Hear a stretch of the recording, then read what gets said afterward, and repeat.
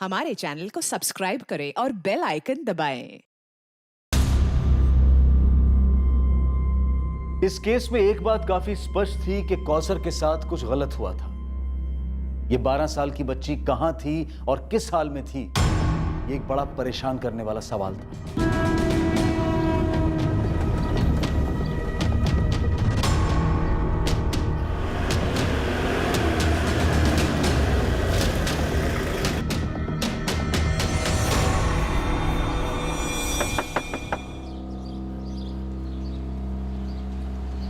तेरे शौहर को बुला।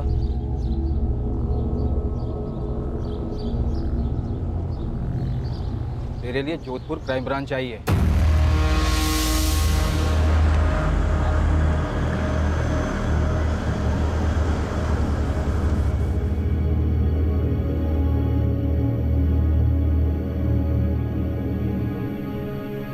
अम्मी, अब्बू ने कौशल आपा को फिर से कहीं दूर भेज दिया। तेरे अब्बू कुछ नहीं बोल रहे बेटा। कहाँ हो गया आपा? पता नहीं। लतीफ़, तुम जोधपुर के अशफाक भाई को अच्छी तरह जानते हो। खुदा के लिए सच सच बताओ, क्या उन्होंने कौसर को वाकई यहाँ रियाजपुर भेजा था? दावे के साथ तो नहीं कह सकता हूँ, पर बहुत ही शरीफ लोग हैं वो। मुझे लगता है बशीर कुछ छुपाने के लिए उन पर झूठे इल्ज़ाम लगा रहा है। क्या छुपाने के लिए? यास्मीन वैसे भी खुश नहीं थी कौसर को जोधपुर भेजकर, इसलिए मुझे लगता है बशीर ने उसे कहीं और काम पर लगा दिया।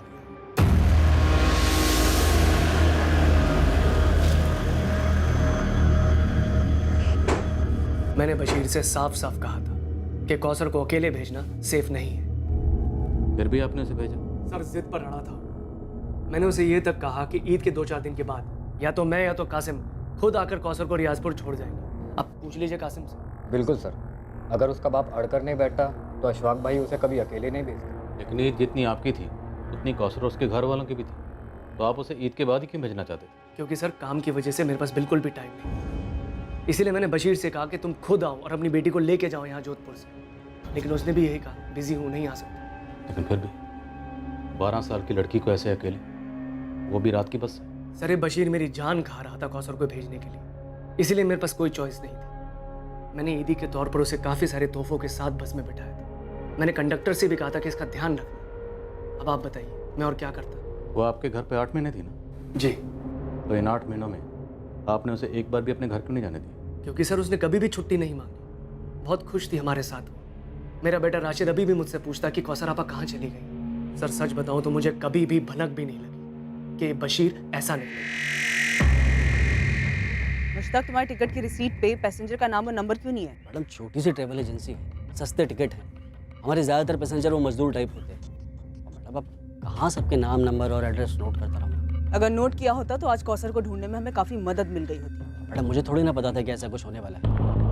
मेरे बस ड्राइवर और कंडक्टर भी पहले वाले पुलिस से बोले थे कि उन्होंने लड़की को ठीक ठाक रियाजपुर उतार दिया था और बस स्टॉप पे लड़के का बाप भी उसको लेने आया था। मैडम इससे ज़्यादा हम क्या कर सकते हैं? साहब 2 दिन में ईद थी, अगर वो रियाजपुर में थी तो किसी ना किसी ने तो पक्का देखा होगा उसे। अगर वो रियाजपुर उतरी थी तो हो सकता है रियाजपुर बस स्टैंड से उसका पिता बशीर उसे अपने साथ कहीं लेकर गया, टैक्सी से, रिक्शा से या फिर पैदल। अब्बू? अरे चलो का सर, बाय। अम्मी और फरीद कैसे हैं अब्बू? तुमसे मिलने के लिए इंतजार कर रहे हैं। जल्दी घर चलते हैं, मैं फरीद के लिए बहुत सारी अच्छी अच्छी चीजें लाई हूँ। तुमने हम लोगों के लिए बहुत कुछ किया है बेटा। अब्बू जल्दी घर चलते हैं ना। अरे पहले कहीं और चलना है, फिर घर। कहाँ अब्बू? चलो तो सही, आओ। कहाँ? आओ ना। ऐसा भी क्या गुस्सा था कौसर पर जो उसे मार ही डाला और अशफाक से पैसे भी निकलवाने चाहे? कहाँ दफना है? मुझे नहीं पता सर, मुझे नहीं पता मुझे उस पर किस बात का गुस्सा था, लेकिन एक बात सच है, सच हो सकती है। क्या? जब वो जोधपुर वाले साहब मेरी पिटाई कर रहे थे। बोल, क्या किया तूने कौसर के साथ? बोल साले बोल। तब मुझे एहसास हुआ कि मेरी बेटी कौसर को मार डाला गया। ये अशफाक कातिल है मेरी बेटी का साहब। मार डाला मेरी पुंसी बच्ची को। इसलिए तो अशफाक से पैसे मांग रहा है, बतौर मुआवजा। इस कौसर को काम पर रखकर ना बहुत बड़ी गलती कर दी है सर। आप इस बशीर को आड़े हाथों लीजिए, बहुत बड़ा गेम खेल रहा है। कैसा गेम? सर ये जब भी जोधपुर आता है इस केस के सिलसिले में मुझे फोन करता है। बाग भाई, केस लंबा चलेगा तो तकलीफ आपको होगी। तो कहना क्या चाहता है बशीर? आप मुझे मुआवजा दे दो 15 लाख, केस वापस ले लूंगा और कौसर को भी भुला दूंगा। कलीस बेगैरत आदमी अपनी बेटी का सौदा कर रहा है तो मुझसे? सर इस आदमी का मकसद सिर्फ पैसे ऐंठना है। मैंने इंस्पेक्टर त्रिवेदी से भी यही कहा था, जैसा भी हो कौसर के बारे में पता लगाइए। क्या पता इस बशीर ने उसे पहले ही मार दिया हो। तो फिर लाश कहाँ है? बताइए ना, कहाँ है लाश? 10 दिन हो गए मेरी बच्ची को गायब हुए। किसी को तो मिलती। तू बता दे। क्या बताऊं सर, गरीब आदमी, इसलिए मेरी जबान की कोई कीमत नहीं है। पर अशफाक भाई मुझ पर वाहियात इल्जाम लगाएंगे, आप इसे सच मानेंगे? तेरी बात भी सच मानेंगे, लेकिन सच बोल के तो देख। क्या बताऊं और क्या देखूं साहब, 4 पैसे घर में आएंगे यही समझकर मैंने अपनी बच्ची को भेजा लतीफ के भरोसे। अब वही लतीफ मुझ पर उंगली उठा रहा है, ऊपर से कहता है बशीर कि ये सब बड़े पुलिस वाले के पास चला गया। तुम्हें बहुत तकलीफ होगी, हो रही है साहब, हो रही है, क्योंकि सारी दुनिया समझती है कि मैंने अपनी कौसर के साथ कुछ कर दिया। तेरे हिसाब से पूरी दुनिया झूठी। वो बस कंडक्टर, उसका कहना है कि जोधपुर से अशफाक ने कौसर को बस में चढ़ाया था और अगले दिन सुबह रियाजपुर बस स्टैंड से तू कौसर को लेने भी आया था। उस बस कंडक्टर की तुमसे क्या दुश्मनी? वो झूठ क्यों बोलेगा? पैसा बोलता है सर। अब मुझे देखिए, 4 पैसे की लालच में मैंने उन लोगों पर भरोसा किया, सौंप दिया अपनी बच्ची को उनको, और देखिए क्या हालत की उन्होंने उसकी। तेरी बेटी तो 8 महीने से घर आई नहीं, तो तुझे उसके हाल का कैसे पता? वो लोग उसे नहीं आने देते थे, लेकिन मैं तो मिलने आया था। तू कब आया था उससे मिलने? अप्रैल में। बेचारी की क्या हालत थी, बहुत उदास थी। उसके पहले 5 महीने सिर्फ फोन पर बात हुई थी, और हर बार ही लगता कि बच्ची कुछ छुपा रही है। और बता बेटा, तेरा स्कूल शुरू कर दिया उन लोगों ने? अब्बू, वो आप कब आ रहे हैं यहाँ? जल्दी आऊंगा, लेकिन तुमने जवाब नहीं दिया। सब ठीक है अब्बू, अच्छा रखती हूँ, खुदा हाफिज। मैं कुछ नहीं चाहती। आप कल सुबह की पहली बस से जोधपुर जाएंगे, बस। अरे मैं तो बस ऐसे ही कह रहा था कि वो थोड़ी उदास है, हो सकता है आसपास लोग होंगे वहाँ, इसलिए वो कुछ नहीं बोल रही होगी। नहीं, पहले आप जाके अपनी आंखों से खुद देखिए, थोड़ी सी भी गड़बड़ लगे ना तुरंत वापस ले आइएगा। अरे यहाँ जो भी है, जैसा भी है, सब सही है। हाँ अबू, आपा को वापस लाने के बाद उसे कहीं मत भेजना। फरीद, तू बीच में ना बोल, खाना खा।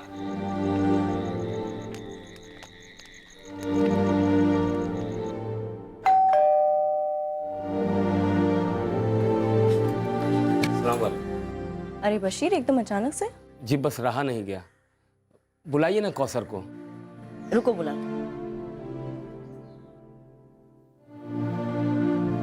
इंग्लिश स्कूल है, सब समझ में तो आता है। अरे कितना समझाया इसे, पर ये स्कूल जाना ही नहीं चाहती। पर बात तो ये हुई थी कि कौसर अच्छे स्कूल में दाखिल होगी। हाँ एडमिशन हुई थी, पर 1 हफ्ते बाद इसने जाना ही बंद कर दिया। कहती है घर पे रहना अच्छा लगता है इसे, है ना कौसर? मैं समझ गया कि फरजाना बहन के सामने कौसर सहमी हुई है, तो मैं उसे बाहर ले आया। अब बोल, स्कूल क्यों बंद कर दिया? अब्बू, ये लोग पूरा दिन मुझसे काम करवाते, घर के सारे काम।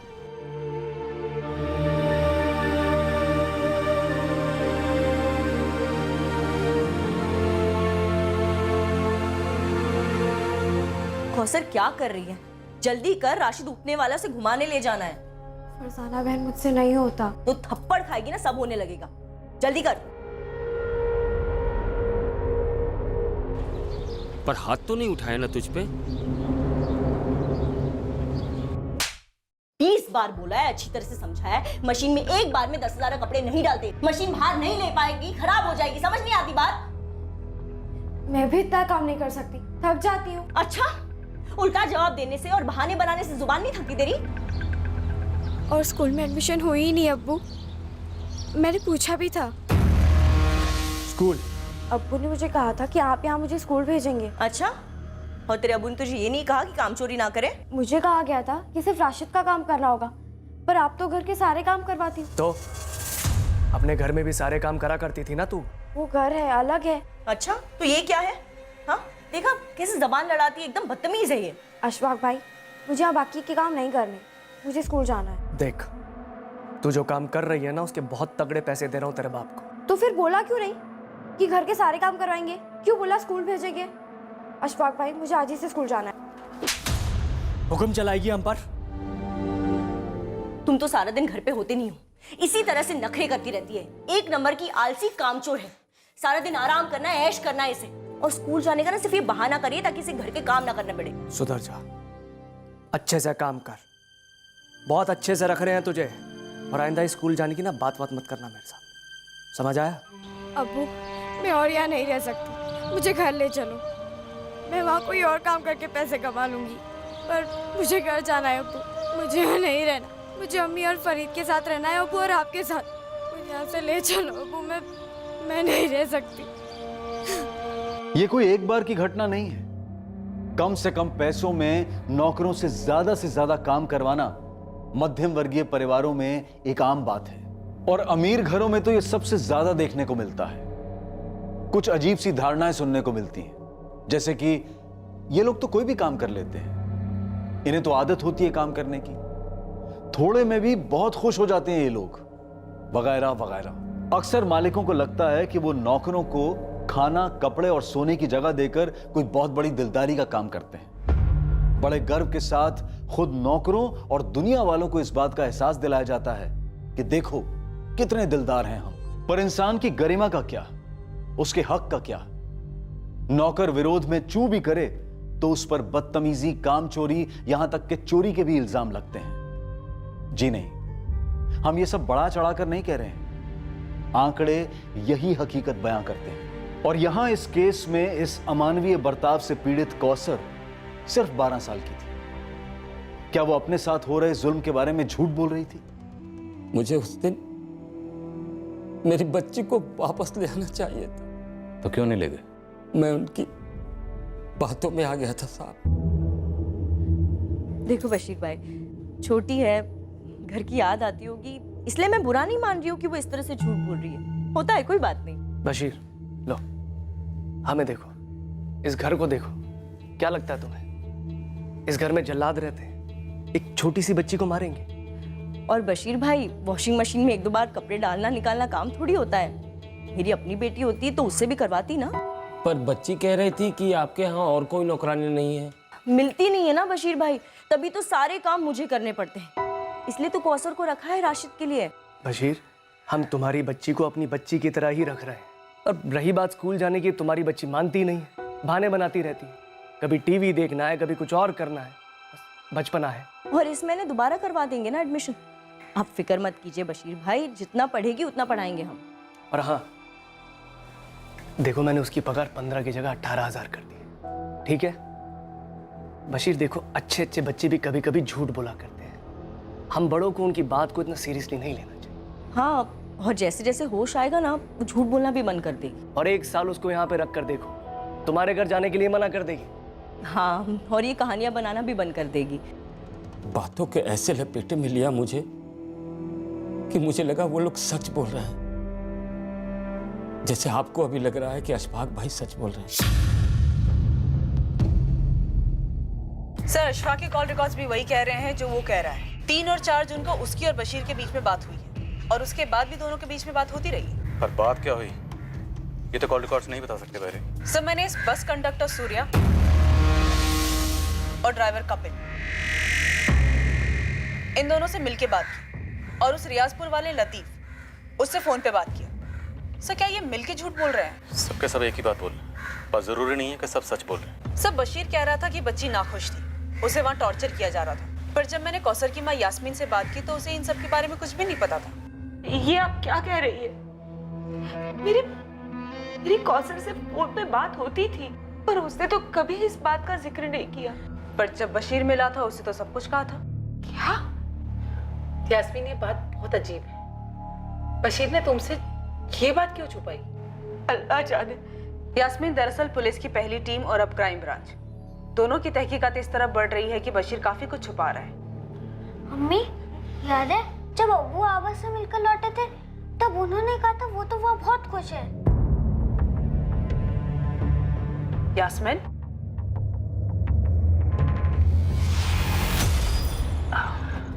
कौसर काफी खुश है वहाँ और वो लोग भी उससे काफी खुश हैं। और स्कूल सब बढ़िया चल रहा है। गए तो ले ही आते ना।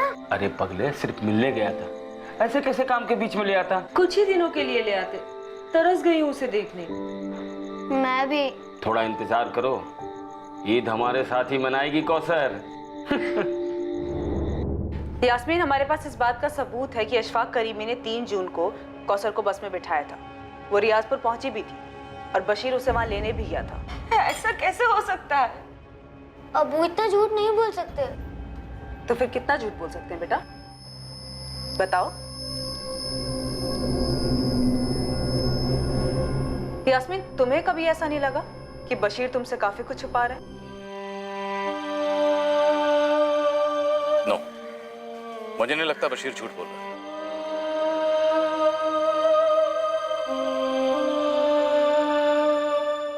बच्चा, हमारे पास कोई सबूत नहीं है ये साबित करने के लिए कि अशफाक और फरजाना ये दोनों झूठ बोल रहे हैं। हमारे पास बशीर के खिलाफ सबूत के तौर पर एक बिना नाम के टिकट की रेसिट, कुछ बिना डिटेल के फोन रिकॉर्ड्स और 3 गवाह जो इंसान, पर हम सब जानते हैं इंसानियत बिकाऊ है। एक्चुअली सर, मुझे इस बस कंडक्टर सूर्या और ड्राइवर कपिल, इन दोनों पे पहले शक हुआ था।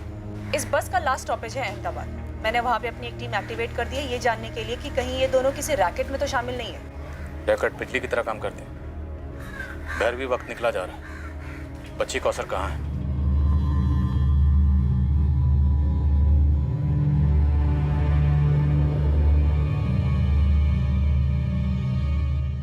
बच्ची की शिकायतों के बावजूद फरजाना और अशफाक ने बशीर को मना लिया और अपनी मजबूरी के चलते बशीर ने भी खुद को समझा लिया होगा कि सच बोल रही और उसकी बेटी कौसर बड़ा चढ़ा के बात कर रही है। जैसे अमीरी घमंड को जन्म देती है, वैसे ही गरीबी सेल्फ डाउट का दलदल है। I am sorry sir, but आप इस केस को अमीरी और गरीबी के चश्मे से देख रहे हैं, जो शायद इस केस की हकीकत ना हो। हकीकत एक ही है बहरी, पैसा।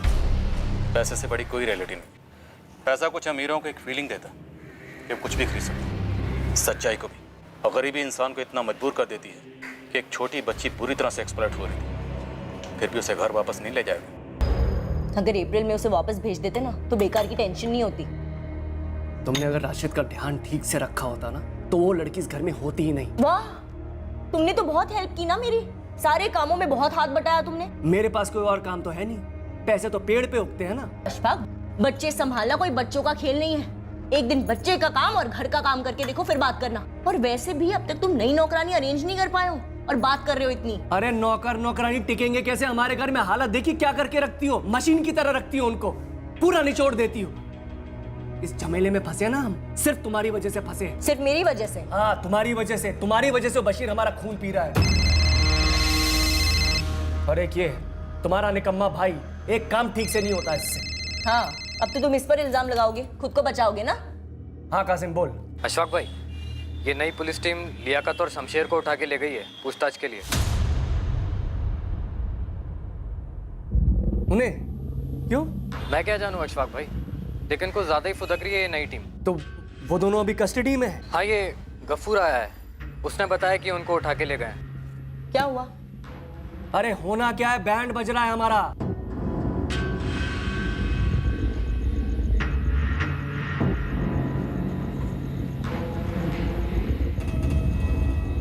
कितने में बेचा मेरी बेटी को?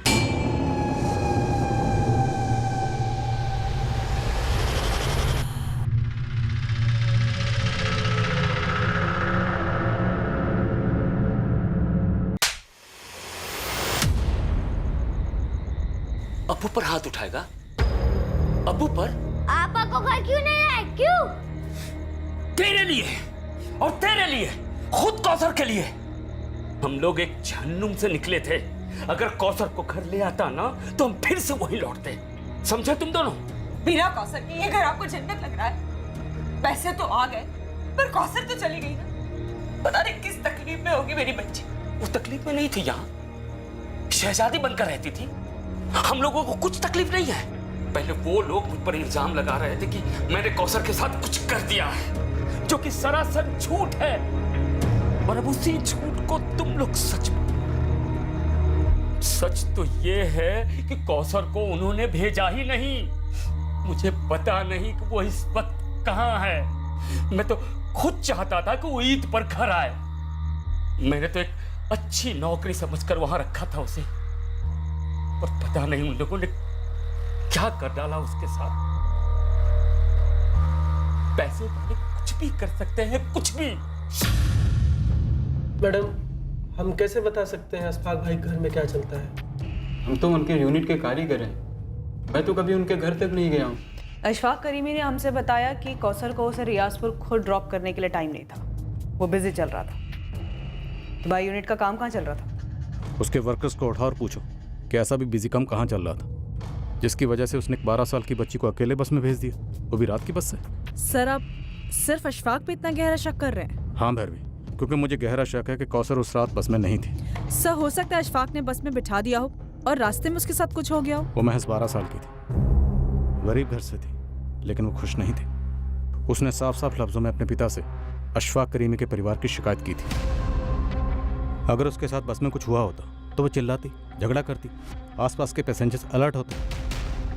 नहीं भैरवी, मैं बता रहा हूँ, कौसर उस रात बस में नहीं थी। तो बताओ शमशेर, लियाकत, काम कहाँ चल रहा था? मैडम, सारा काम तो 3 जून तक पूरा हो चुका था। हम सबको ईद की छुट्टियां चाहिए थी। हाँ, तो 3 जून तक काम चल कहाँ रहा था? 20 मई से 3 जून तक हमारी पूरी यूनिट बाड़मेर में थी। एक गार्डन में मार्बल फिटिंग का काम चल रहा था।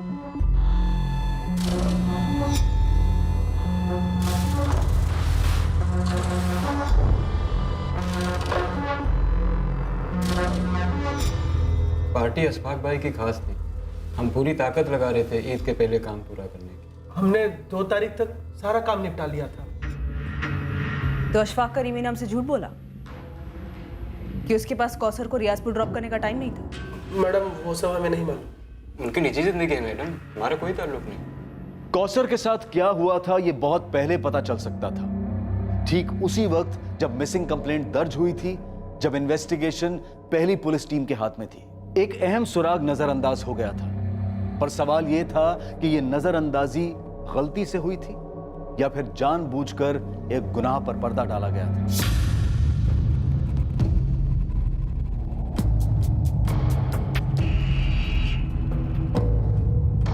Good afternoon sir. Good afternoon sir, हमने तरीके से इन्वेस्टिगेशन की और इस नतीजे पर पहुंचे कि बशीर इन्वॉल्व है। फिर पता नहीं आप कौन से कवरअप की बात कर रहे हैं। लॉजिक, अगर एक बाप अपनी बेटी के साथ कुछ गलत कर देता है तो इतना शोर क्यों मचाएगा? सर, उसी लॉजिक से मैं आपसे पूछता हूँ, जब एक बेटी अपने बाप से साफ साफ कहती है कि उसे घर वापस ले जाओ, ये लोग उसकी जान ले रहे हैं, तो उसे वापस क्यों नहीं ले जाता है? मजबूरी, गरीबी, हमारे देश में नहीं तो नहीं। सर, आप उस लालची बशीर के आंसुओं पर जा रहे हैं। सबूतों का क्या, गवाहों का क्या, बस के कर्मचारी, उसी के गांव का लतीफ, मतलब सभी ने बशीर के खिलाफ स्टेटमेंट दिया। स्टेटमेंट होता है त्रिवेदी, सच कब से होने लगा? ये बस टिकट की कॉपी जब तुम्हारे सामने बतौर सबूत पेश की गई तो मैं इसमें कोई खोट नजर नहीं है। टिकट की कॉपी भी लाओ। इस फोटो कॉपी को देखकर तुम्हारे दिमाग में कोई डाउट नहीं है?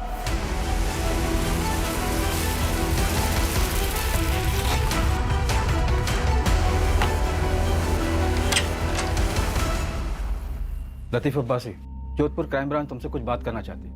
किस बारे में सर? 3 जून की रात को अशफाक ने तुम्हें कॉल किया था ना? हाँ, किया था। उसी बारे में बात करनी है, चलो।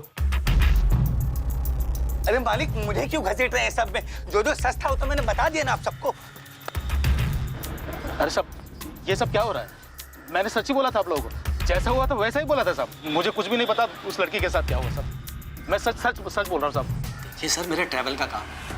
मैं टिकट काट कर लोगों को बस में बिठाकर आगे भेजता हूँ, बस। लेकिन लड़की बस में बैठी ही नहीं। इसमें मेरी क्या गलती?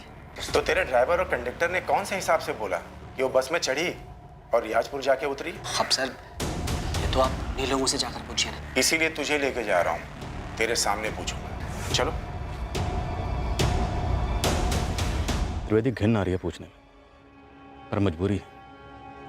कितने में सौदा हुआ था अशफाक के साथ? सर आप मुझ पर बेबुनियाद आरोप लगा रहे हैं। घिन तो उस बाप को आनी चाहिए जिसने अपनी बेटी की जिंदगी को पैसों की खातिर दांव पे लगा दिया। तुमने क्या किया उस जिंदगी को बचाने के लिए? ढूंढ के नहीं लिया कौसर को? पता क्यों नहीं किया कि 12 साल की मासूम जिंदगी के साथ क्या हुआ? आओ उस्मान। सर बच्ची रियाजपुर कभी पहुंची ही नहीं। बीच रास्ते में उतारी गई? शायद बस में कभी चढ़ाई भी नहीं गई। लेकिन बस के ड्राइवर, कंडक्टर सबका स्टेटमेंट कि बच्ची बस में चढ़ी थी और अगले दिन रियाजपुर बस स्टैंड से बशीर उसे कहीं ले गए। नामुमकिन है सर। रियाजपुर बस स्टॉप पर एक गवाह नहीं मिला है जो ये कह सके कि हाँ उसने बच्ची को देखा। और आखिरी बस स्टॉप अहमदाबाद, मेरे लड़के बोले किसी ने लड़की को नहीं देखा। बहुत फोटो घुमाई, एक टिप तक नहीं मिली। ये बस टिकट की कॉपी मुझे पहले दिन से खटक रही है। कोई मामूली से बस टिकट की फोटो कॉपी क्यों कराएगा? सबूत के लिए ना सर, कि उसने पैसेंजर के लिए टिकट खरीदी है। पर सबूत की जरूरत क्यों महसूस हुई? क्या उसे पहले से पता था कि लड़की के साथ कुछ हो सकता है और उसे पुलिस के सामने सबूत पेश करना पड़ेगा कि उसने झट से किया? सर उसे आभास हुआ होगा कि बच्ची को वो बस में अकेले बिठा रहा है, तो उसके पास प्रूफ होना चाहिए। नो वेरी, उसे कोई आभास भाभास नहीं। उसने जो करना था कर दिया और ये टिकट बाकायदा प्लानिंग के तहत खरीदा गया ताकि वह साबित कर सके कि बच्ची बस में चढ़ा दी गई थी। अगर ऐसा हुआ हो तो इस प्लान में उस बस का कंडक्टर, ड्राइवर, ट्रैवल कंपनी का मालिक और वो रियाजपुर वाला लतीफ़ सब शामिल होंगे। ये सवाल तुम्हारे दिमाग के रडार में आए नहीं त्रिवेदी? सर जो सवाल मुझे ज़रूरी लगे मैंने पूछे दोनों पार्टी। त्रिवेदी, बच्ची का कत्ल हुआ आलम है और मेरा अनुमान गलत नहीं होगा। ये बात तुम्हें भी मालूम थी। बाड़मेर टीम गई है वहाँ पर। मुझे लगता है बच्ची की लाश को वहीं ठिकाने लगा गया।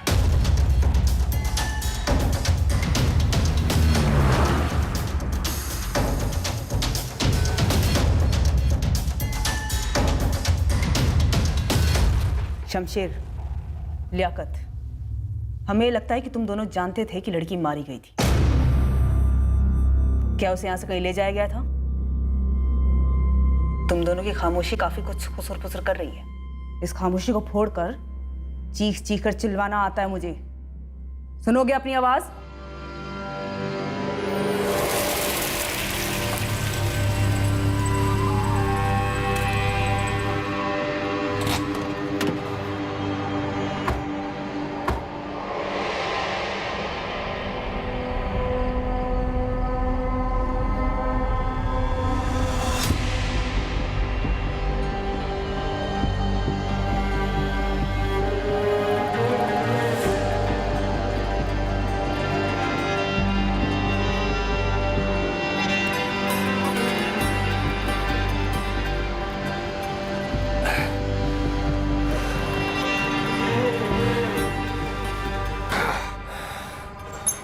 तुम लोगों को एक मार्बल रिप्लेस करना है, बाकी कासिम संभाल लेगा। समझे तुम लोग? चलो। देख कासिम, सब कुछ ठीक ठाक होना चाहिए, बाद में कुछ भी बाहर नहीं आना चाहिए। मैं सब देख लूंगा।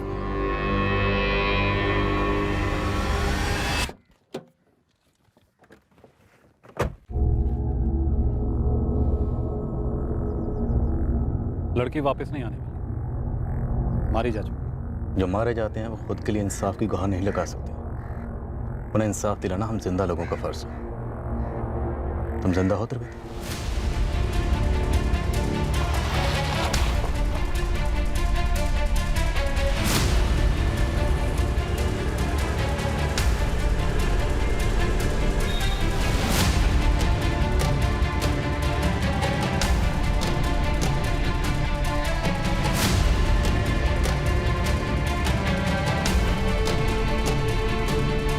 कौन है आप लोग? Crime branch, Jodhpur. बता शमशेर, कहाँ है कौसर?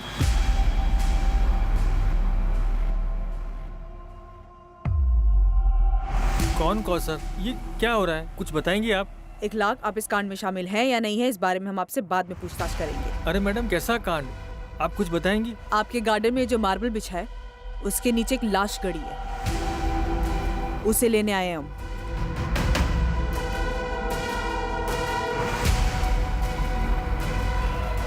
ये सही है, इसी को रिप्लेस करेंगे। शुरू हो जाओ।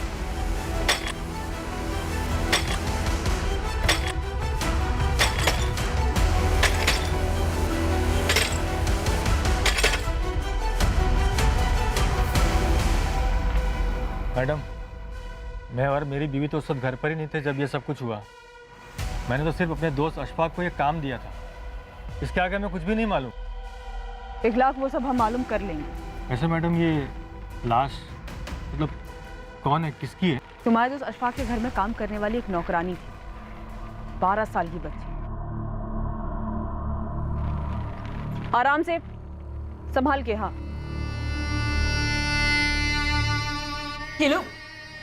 ये लोग कुछ बोल क्यों नहीं रहे? बोलेंगे, अभी बैठने को कहा है। अरे पर हमारे कौसर। यास्मीन, क्या? अरे बताइए ना, बात क्या है?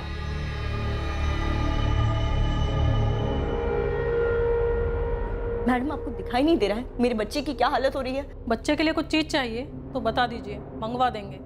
और अगर आपके कोई लेडी रिश्तेदार है तो उसे भी बुलवा लो। लेडीज रिश्तेदार? क्यों? देखिए, मुझे अपने शौहर से बात करनी है। कहाँ है वो? बुलाइए उन्हें। इतनी आसानी से मारकर दफना दिया बच्ची को? सर, मैं मारना नहीं चाहता था, पर उसने मुझे मजबूर किया और मैं फंस गया। एक 12 साल की गरीब बच्ची ने ऐसा क्या किया था? जिद पर अड़ गई थी। नहीं नहीं नहीं, मुझे इस घर में रहना ही नहीं है, मुझे मेरे घर जाना है। चुप, बिल्कुल चुप। क्या कर रही है राशिद? अभी तो सोया है। जब उसे बात करने दो, वो मुझे ले जाएंगे या आप मुझे छोड़ने आएंगे। मैं और मार नहीं खाऊंगी। मारा किसने? 1-2 बार 1-2 लाफे को मार कहती है। घर पे नहीं पड़ी क्या कभी? नहीं पड़े, इसलिए मुझे घर जाना है। तो एक काम कर, ईद तक यहीं पे रुक, उसके बाद भेज देंगे तुझे। नहीं, मुझे अभी के अभी जाना है। आप छोड़ने नहीं आएंगे तो मैं खुद से चली जाऊंगी। अरे कौसर, क्या कर रही है? क्या बोल रहा हूँ मैं? मैंने बोला ना, ईद के बाद देख, बखेड़ा मत खड़ा कर, चुपचाप अंदर जा और सो जा। मुझे नींद नहीं आती और मुझे चुपचाप ही नहीं रहना। मुझे इस घर में कोई काम ही नहीं करना, ना राशिद का ना घर का। मुझे इस घर में रहना ही नहीं है। मुझे अभी क्या मेरे घर जाना है। तौबा, इतनी अकड़ है इस लड़की में। देख, तू इस घर से तो तभी जाएगी जब मैं तुझे भेजूं। नहीं, मैं अभी क्या भी जाऊंगी।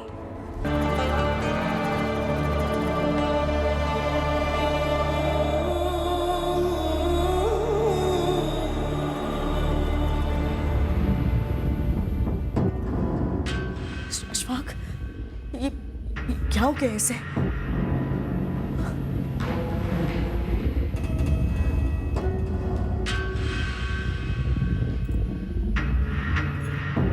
अशफाक, ये सांस नहीं ले रही है। मार डाला तुमने इसे।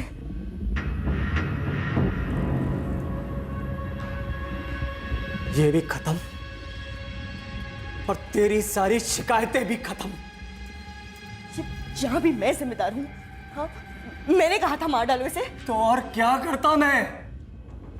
तुम्हें मार देता या मैं खुद को मार डालता? जिस तरह हमारी मार्बल की फैक्ट्री में इलेक्ट्रिक कटर की आवाज होती है ना, मेरे घर में रोज वैसी आवाजें होती थी। एक तरफ फरजाना की बकवास सुनी, दूसरी तरफ इस कौसर का रोना धोना। बस उस रात दिमाग घूम गया मेरा। सर, उस रात तो मैं वहाँ था भी नहीं।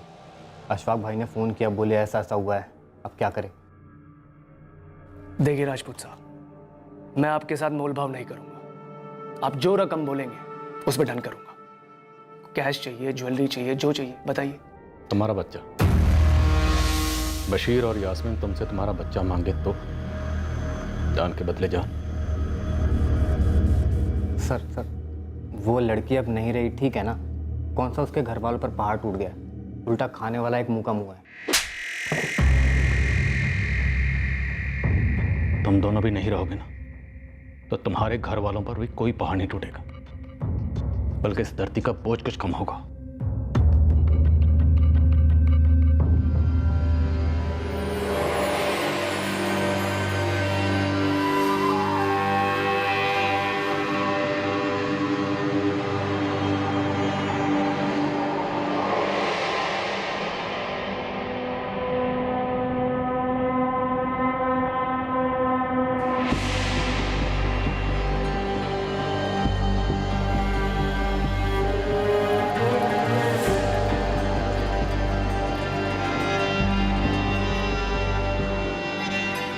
इस कत्ल के बाद लाश को ठिकाने लगाकर केस को दबाने में हाथ बांटने वाली कई मुट्ठियां गर्म की गई थी।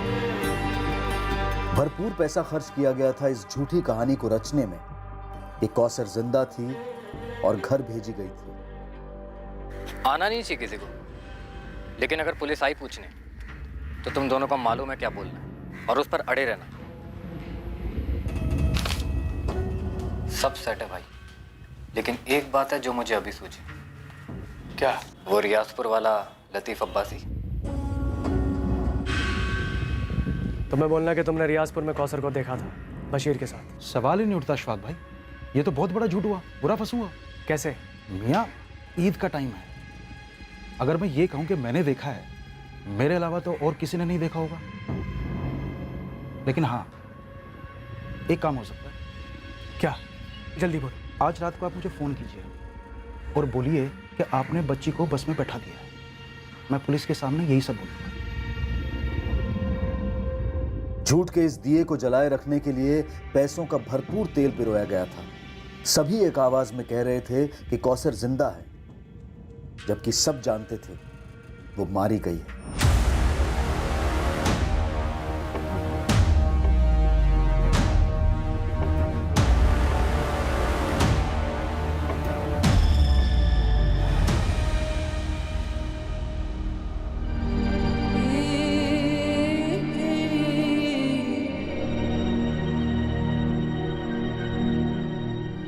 क्या हुआ साहब? कहाँ है हमारी कौसर?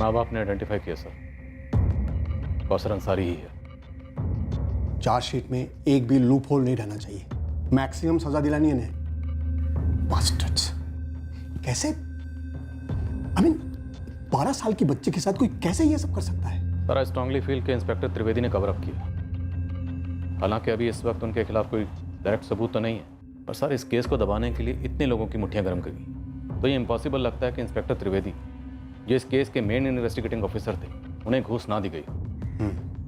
मैं उसके खिलाफ एक डिपार्टमेंटल इंक्वायरी ऑर्डर करता हूँ। अगर कुछ भी मिले ना उसके खिलाफ, तो चार्जशीट में उसका भी नाम जोड़ देना।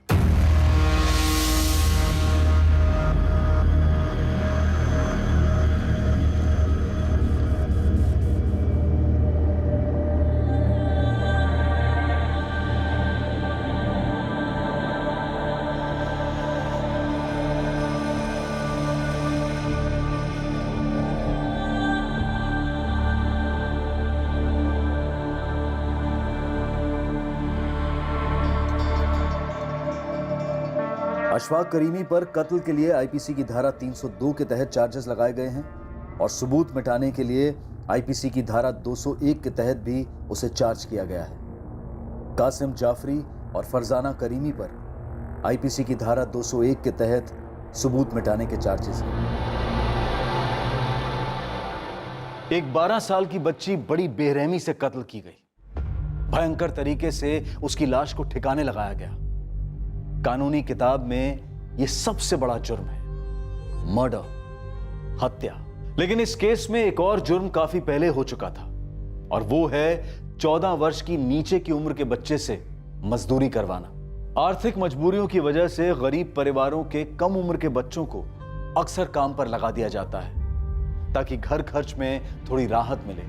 पर घर पर काम करने वाले नौकरों के साथ बदसलूकी हमारे समाज की एक शर्मनाक सच्चाई है।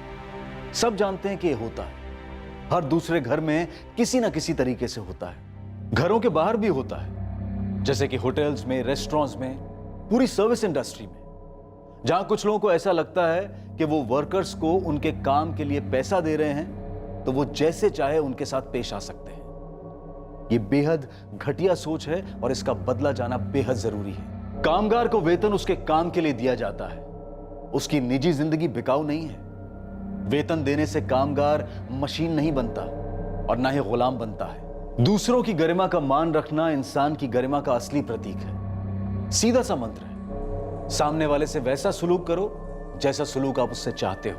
अब मैं अनूप सोनी आपसे विदा लेता हूं, फिर मुलाकात होगी। और याद रखें, क्राइम और आपके बीच में सिर्फ इतना फर्क है कि आप कितने सतर्क हैं। सतर्क रहें, सुरक्षित रहें। जय Hind. For more updates, subscribe to our channel, click the show links and enjoy watching the videos.